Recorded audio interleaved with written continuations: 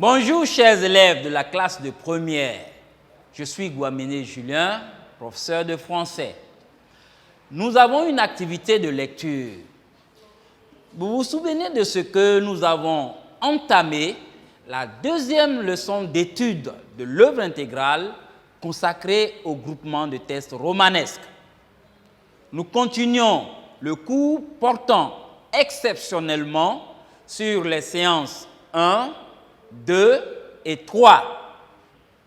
La première partie du cours a porté en grand 1 sur l'histoire et la définition du roman, en grand 2 sur les composants du roman et en grand 3 sur l'étude de quelques sous-genres romanesques. Rappelons tout de suite la situation d'apprentissage. Ton établissement vient de recevoir un bibliobus. Au cours de la visite de ce bibliobus, les élèves des premières A, C et D sont attirés par des œuvres romanesques traitant d'une thématique commune et écrites par des écrivains de la même époque. Pour enrichir leurs connaissances, 4 à 6 passages de ces différentes œuvres ont été retenus pour constituer un groupement de textes. Les élèves s'organisent pour introduire ce groupement, construire le sens des textes retenus et conclure l'étude. Chers élèves, quelle est la première tâche que vous vous donnez en tant qu'élève de première à accomplir dans cette étude que vous êtes assigné? Oui, très bien. Vous allez introduire le groupement de textes romanesques. Nous écrivons donc grand 4, introduction au groupement de textes romanesques. Observons les textes et intéressons-nous surtout à la date de parution des différentes œuvres dont ils ont été extraits. Alors, nous avons le texte numéro 1. Il est extrait de l'œuvre Le Peuple, publié en 1846. Le texte numéro 2 est extrait de l'œuvre Tchak, publié en 1876. Le texte numéro 3, quant à lui, est extrait de 3 contes publiés en 1877 et le 4e texte est extrait de Madame Bovary, publié en 1857. À quel siècle appartiennent ces œuvres, en tenant compte bien sûr de leur date de parution? Bravo! Nous remarquons que toutes ces œuvres appartiennent au 19e siècle. Chers élèves, il serait donc intéressant que nous puissions connaître le contexte de parution de ces œuvres en jetant un regard sur le 19e siècle. Nous marquons donc grand A, contexte historique et littéraire. Et nous disons que le 19e siècle, en France, apparaît comme un siècle marqué par la révolution industrielle et ses innovations technologiques. L'on assiste alors à un nombre croissant d'ouvriers qui font malheureusement l'amère expérience des difficultés du travail, entraînant la misère sociale. C'est aussi un siècle des bouleversements politiques, car 7 régimes se succèdent dans la violence. C'est encore dans ce siècle que l'on note la démocratisation du savoir. Nous voulons parler de l'émergence de la presse et de la politique de l'école gratuite et accessible à tous. Les espoirs suscités non seulement par la Révolution française de 1789 qui augurait une ère de démocratie, mais aussi par la révolution industrielle font place à une amertume généralisée. Il règne en France, à cette époque, un malaise élégamment nommé plus tard le mal du siècle.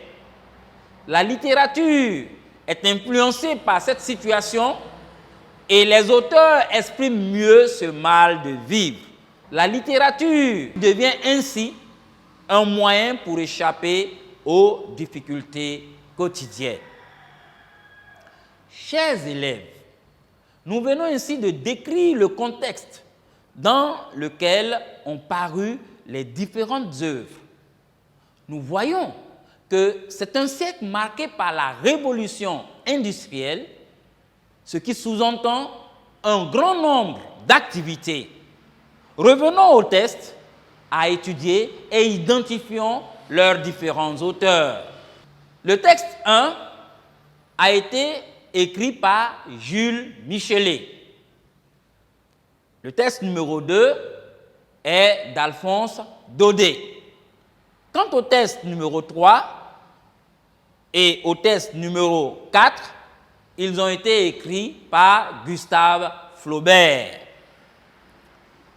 Il importe donc, chers élèves, que nous puissions connaître ces auteurs.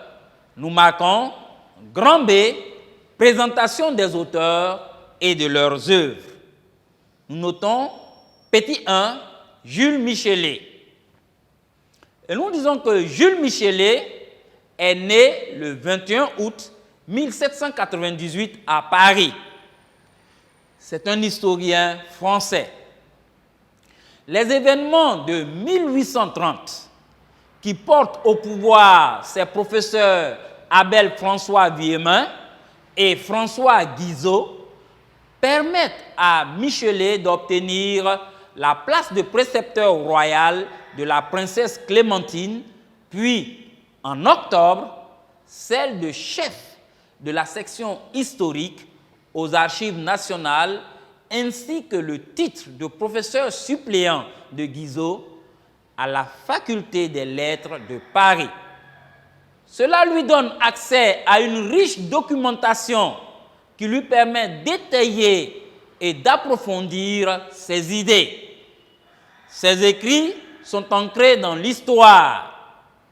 Nous avons l'exemple de Les origines du droit français publié en 1837, l'histoire romaine République publiée en 1839 et le procès des Templiers publié en 1841 et dont le second tome sera publié en 1851, ainsi de suite.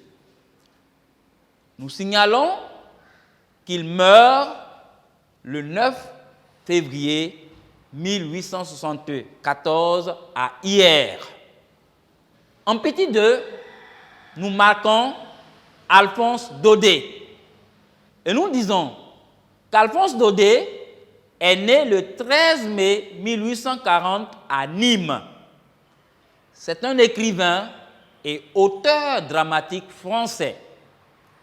Il se fait connaître avec l'écriture des premiers textes des Lettres de Montmoulin, publiées sous le titre de Chronique provençale.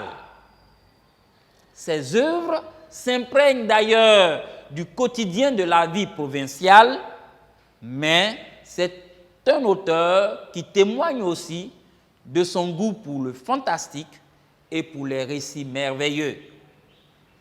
Malheureusement, il est atteint d'une maladie incurable. Cependant, il continue de publier jusqu'en 1895 et meurt finalement le 16 décembre 1897 au 41 rue de l'Université à Paris à l'âge de 57 ans. Nous continuons avec l'auteur Gustave Flaubert. Donc nous marquons 3, Gustave Flaubert. Et nous disons que Gustave Flaubert est un écrivain français né à Rouen le 21 décembre 1821. Fils du médecin-chef de l'hôtel-Dieu de cette ville, il acquit très tôt ce coup d'œil médical de la vie qui imprègne une partie de son œuvre. Sa passion pour l'écriture et pour la littérature se dessina très tôt. Il partagea surtout l'exaltation romantique et conçut une haine féroce à l'égard de tout ce qui était bourgeois. Une expression de révolte personnelle bouillonnant en lui contre l'ordre social de l'époque. Son écriture est donc marquée par une imagination chargée de romantisme, une affectation de pessimisme, un goût pour l'opposition simpliste entre le bien et le mal, le beau et le laid, le grandiose et le vulgaire. Il meurt à Croissé, lieu-dit de la commune de Canteleu, le 8 mai 1880 à 59 ans. Ses œuvres les plus connues sont Madame Bovary, publiée en 1857, Salammbô, publié en 1862, L'éducation sentimentale, publié en 1869, et 3 contes comprenant Un cœur simple, La légende de Saint-Julien l'Hospitalier et Hérodias, publié en 1877. Chers élèves, de quelle nationalité sont les auteurs que nous venons de présenter? Oui, très bien. Ils sont tous français. À quel siècle appartiennent-ils? Non, ce n'est pas cela. Quelqu'un peut continuer, rectifier ce que l'autre a dit? Très bien. Ils appartiennent au 19e siècle. Rappelons le genre des textes étudiés. Bravo, vous avez retenu. Il s'agit du groupement de textes romanesques. Alors, chers élèves, nous allons revenir à nos différents textes et examiner leurs différents titres. Le texte numéro 1 s'intitule « Amoureux de sa terre ». Le texte numéro 2 s'intitule « L'étau ». Quant au texte numéro 3, le titre est « Une servante modèle ». Et enfin, le texte numéro 4 s'intitule « Un demi-siècle de servitude ». Alors, à partir de tous ces titres, dans quel domaine nous situent ces différentes œuvres? Oui, très bien. Ils nous situent dans le domaine du travail. Cela va nous amener à marquer en grand C, formulation de l'axe d'étude. Et nous disons tout simplement que les différents textes que nous allons étudier appartiennent tous au 19e siècle. Ils sont écrits par des romanciers français et chaque texte aborde un domaine particulier d'activité. On pourrait donc dire que ces textes relatent les conditions de travail en France au 19e siècle. Au vu de tous ces éléments, sous quel angle allons-nous étudier ces 4 textes? Bravo! Nous étudierons ces 4 textes sous l'angle du travail. Il convient donc, chers élèves, d'orienter notre étude du groupement de textes romanesques en retenant l'axe suivant. Et nous écrivons axe d'étude. Notre axe d'étude sera la représentation du monde du travail dans le roman français du 19e siècle. Chers élèves de première, nous avons pu décrire le contexte de parution des différents textes que nous aurons à étudier. Ensuite, nous avons présenté les différents auteurs. Cela nous a permis de pouvoir dégager notre axe d'étude. Alors, nous allons tout simplement vérifier vos acquis par une évaluation. Cochez vrai ou faux devant les phrases suivantes. 1. Il règne en France au XIXe siècle une amertume généralisée nommée le mal du siècle. 2. Les écrits de Jules Michelet sont ancrés dans l'histoire. 3. Alphonse Daudet est un auteur dont les œuvres ne témoignent que de son goût pour le fantastique, pour les récits merveilleux. 4. Tous les textes à étudier abordent le thème de la passion amoureuse. 5. Malgré une maladie incurable dont il est atteint, Daudet continue de publier jusqu'en 1895. 6. L'écriture de Gustave Flaubert exprime l'optimisme de l'auteur. 7. Gustave Flaubert a hérité de son père, médecin-chef, une qualité qui jalonne son écriture. Et enfin, 8. Tous les auteurs présentés sont des dramaturges français. Nous vous accordons quelque temps pour réfléchir.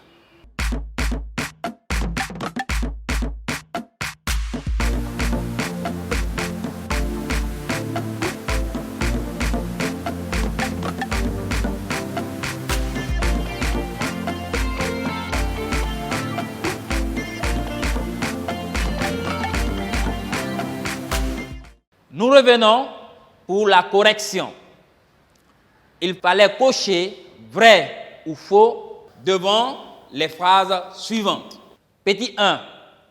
Il règne en France au XIXe siècle une amertume généralisée nommée le mal du siècle. Nous cochons vrai. En petit 2. Les écrits de Jules Michelet sont ancrés dans l'histoire. Nous cochons vrai. Petit 3. Alphonse Daudet est un auteur dont les œuvres ne témoignent que de son goût pour le fantastique, pour les récits merveilleux. Nous cochons faux, car en plus d'exprimer son goût pour le fantastique et pour les récits merveilleux, nous l'avons vu dans les œuvres d'Alphonse Daudet, nous avons aussi l'expression de la vie provinciale. Petit 4. Tous les textes à étudier abordent le thème de la passion amoureuse. Nous cochons faux, car, nous l'avons vu, tous les textes à étudier abordent le thème du travail. Petit 5. Malgré une maladie incurable dont il est atteint, Daudet continue de publier jusqu'en 1895. Nous cochons vrai. En 6. L'écriture de Gustave Flaubert exprime l'optimisme de l'auteur. Nous cochons faux, car nous avons noté que l'écriture de Gustave Flaubert exprime plutôt son pessimisme. En petit 7, Gustave Flaubert a hérité de son père, médecin-chef, une qualité qui jalonne son écriture. Nous cochons vrai. Et enfin, petit 8, tous les auteurs présentés sont des dramaturges français. Nous cochons faux, car nous avons dit que tous les auteurs présentés sont des romanciers français. Chers élèves, nous espérons que vous avez trouvé toutes les bonnes réponses qui ont dénoté de votre attention pour ce cours. Nous finissons ainsi notre cours portant sur l'introduction au groupement de tests romanesques. Avant de vous quitter, nous vous exhortons à davantage parcourir les textes de ce groupement qui sont sur le site www.école-ci.online. En espérant que vous allez vous y atteler, nous avons été très heureux d'être avec vous et nous vous disons tout simplement au revoir.